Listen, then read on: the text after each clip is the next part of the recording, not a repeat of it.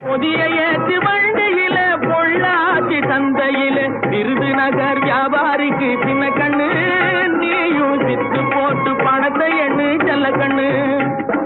விருதுநகர் வியாபாரிக்கு சின்ன கண்ணு, நீயும் வித்து போட்டு பணத்தை எண்ணு செல்ல கண்ணு.